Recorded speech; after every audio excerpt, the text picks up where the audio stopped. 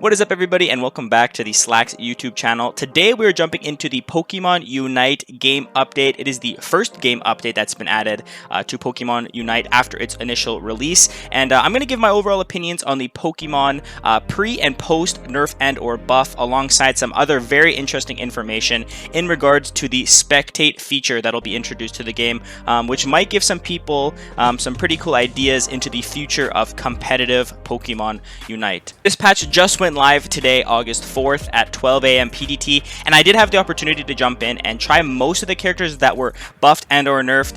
So I'm going to give you my overall opinions on every Pokemon as mentioned in this game update, but also go and check out my overall opinion on all the Pokemon currently in Pokemon Unite. It was my most recent YouTube video, so if you want to see my tier list on those Pokemon, please go check it in the description down below.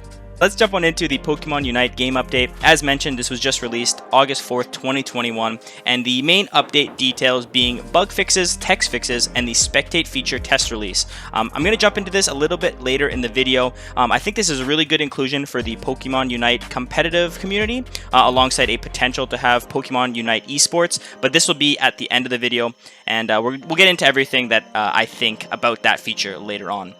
So here is the changes to all the Pokemon stats and adjustments, adjust the balance of Unite battles. Charizard, Pokemon that I had at around a B tier, here are some of the changes to him. Flamethrower cooldown reduced, alongside the effects on opposing Pokemon strengthened. Fire Punch, effects on opposing Pokemon strengthened. Fire Blast, cooldown reduced. And another, again, effects on opposing Pokemon strengthened. I think Charizard, like I had mentioned, being B tier, he didn't really do all too well in lengthened fights, and I think his damage amplifier was just very low. So these buffs on him might push him up in the ranks overall, maybe into like an A- or like an A tier. But I definitely think these changes are very, very good.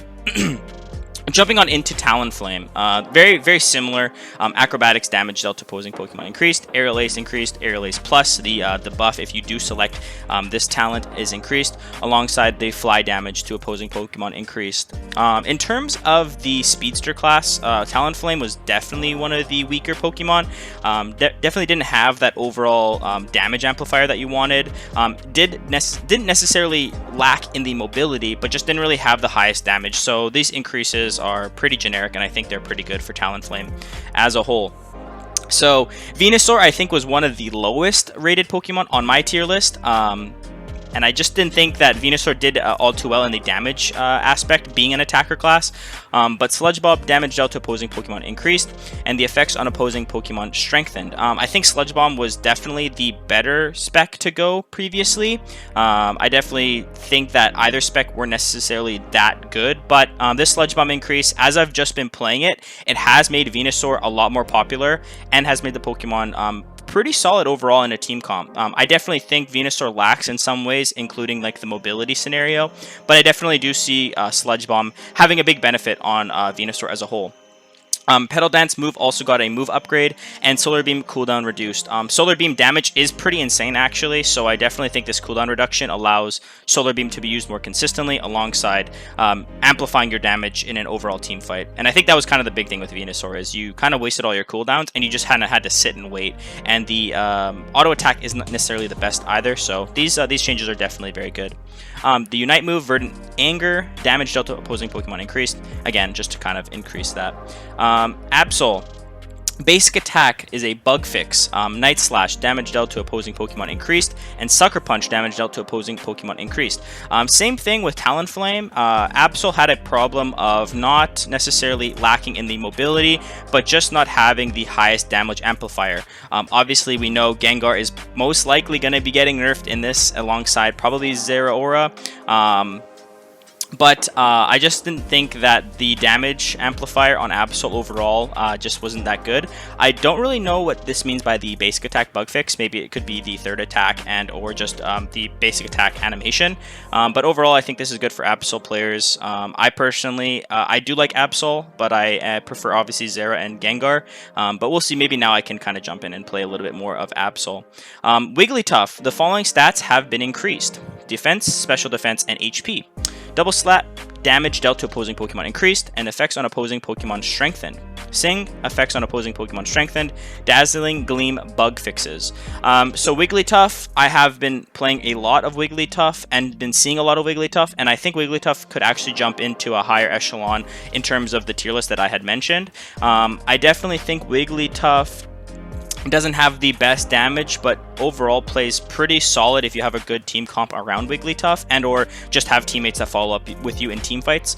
If you're in the higher ranks of Pokemon Unite, which a lot of people I know are, if you're in the veteran and or master area, Wigglytuff I could see being very, very popular. I would definitely put Wigglytuff higher up in the tier list now with these changes. Based on what I've seen from the character, I would definitely consider her like a solid A tier as of right now.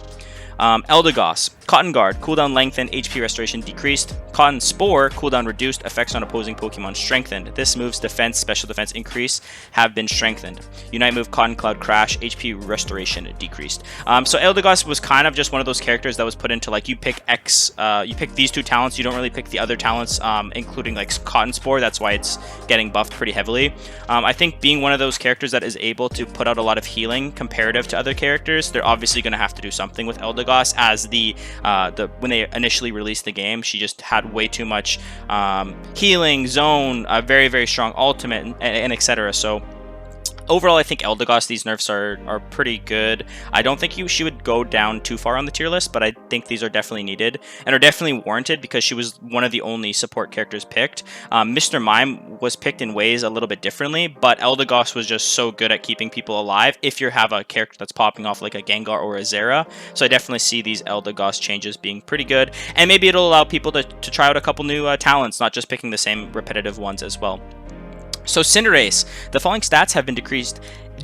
Attack, Blaze Kick, damage dealt to opposing Pokemon decreased. Faint, move downgrade. Pyro Ball, damage dealt to opposing Pokemons increased. A lot of words, I am messing up a lot, but I do think these overall changes are good. Cinderace had the fastest attack speed, I believe, in the game, and you could see the damage and the crazy amounts of range that Cinderace had as well. So I definitely think that these changes are warranted.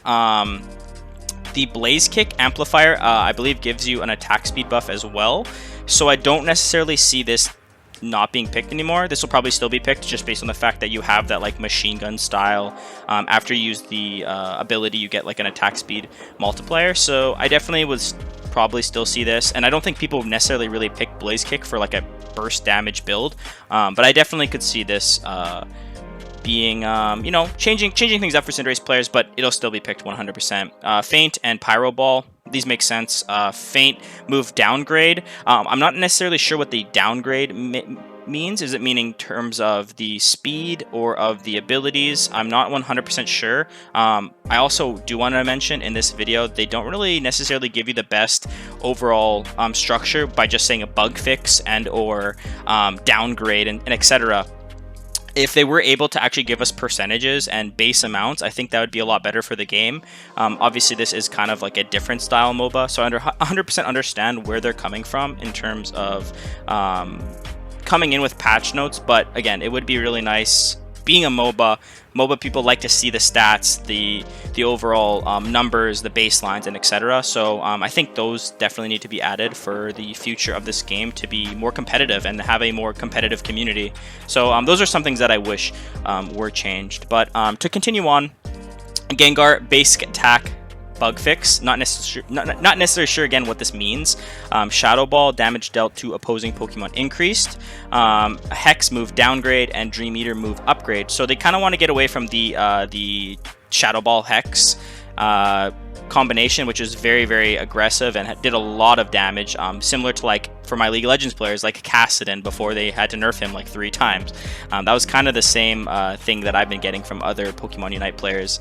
So I definitely think this is warranted. I do also want to mention, as today I said, this is August 4th. This is the day that the patch went live. That there was also a change on Gengar that his Hex wasn't actually doing damage. I will post it in the corner here right now.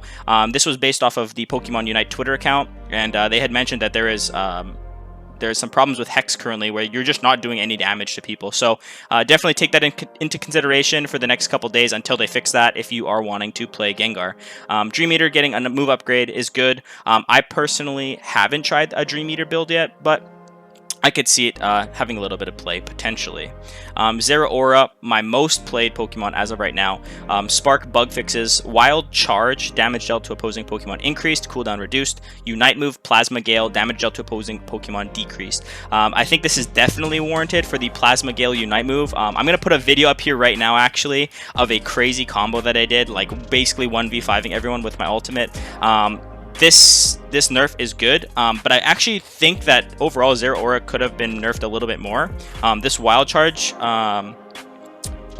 upgrade, I guess you would say, or the increase, I don't think a lot of people were taking Wild Charge. I think Wild Charge is weaker than, I believe it is Spark.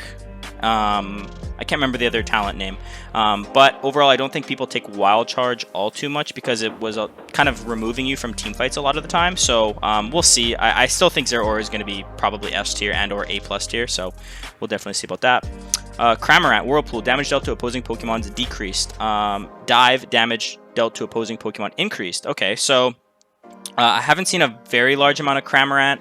I say this basically keeps the Pokemon at the same state it is right now, probably at like a high, like a low A or high B tier. I do think Cramorant is very, very good if you are a good Cramorant player all around, but it's a little bit different of a Pokemon to play. Like, it's not like a Cinderace where you can kind of just walk in and, you know, 1v5. But I think these changes don't really change too much about the Pokemon overall. Probably stays about the same amount, or about the same rank in terms of a tier list perspective. Machamp. Basic attack, bug fixes, cross chop, damage dealt to Pokemon decreased, close combat, damage dealt to opposing Pokemon increased. I don't think anyone had any problems with Machamp. I actually put him a lot higher on a tier list comparative to a lot of other people, putting like Lucario at like an S. I put Machamp at an S and Lucario at an A+.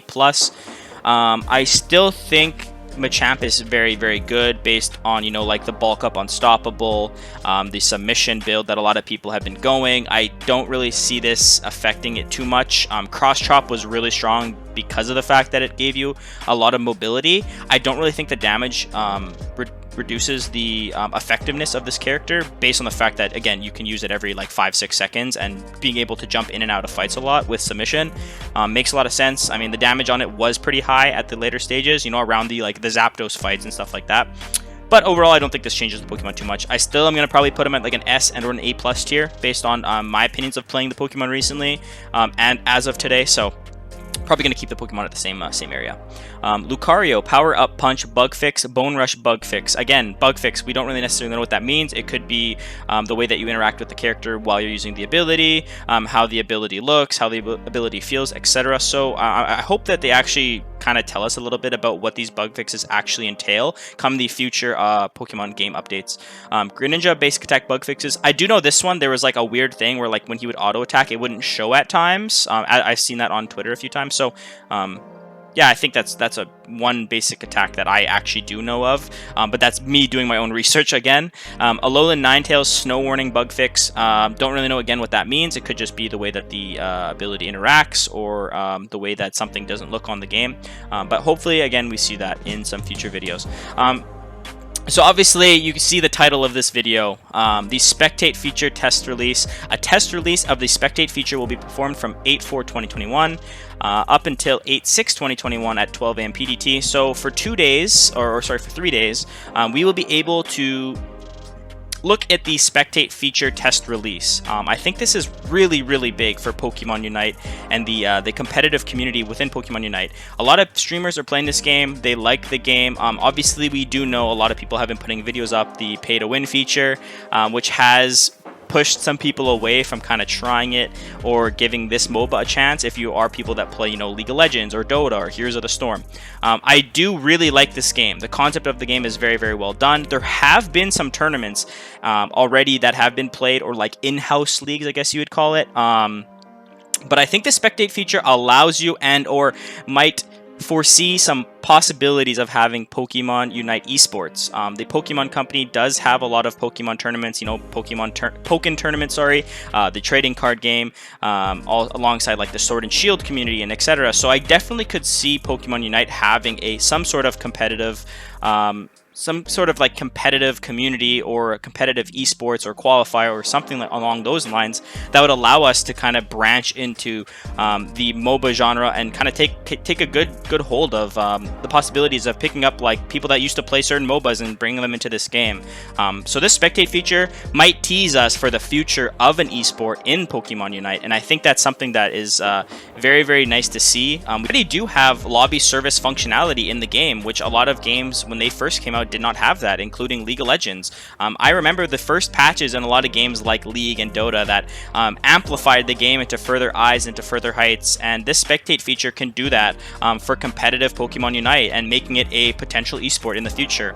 Obviously, we have a lot of work to do to jump this game into further eyes, but the YouTube community has been great with Pokemon Unite, Peak MP, A-Drive, all those other guys that have been playing a lot of this game and trying to push this game out, not just to Pokemon Unite fans, but to also MOBA fans alike, you know. So I'm definitely hopeful that the spectate feature comes out in a positive way and it impacts the game in a beneficial way, you know, for people to be casters and to scrim the game and etc. So I'm very excited for this change, and I hope you guys are as well. This concludes the first ever game update for Pokemon Unite and my first game update video. So thank you guys so much for watching if you reached it this far. Definitely go check out my previous videos, including my tier list of Pokemon Unite and all the characters currently added into the game. I hope to see some new faces and some new subscribers, and please comment down below what you think of these game updates and the spectate feature as a whole. Thank you guys again for watching, and I hope you guys have a great day. Thank you. Peace out.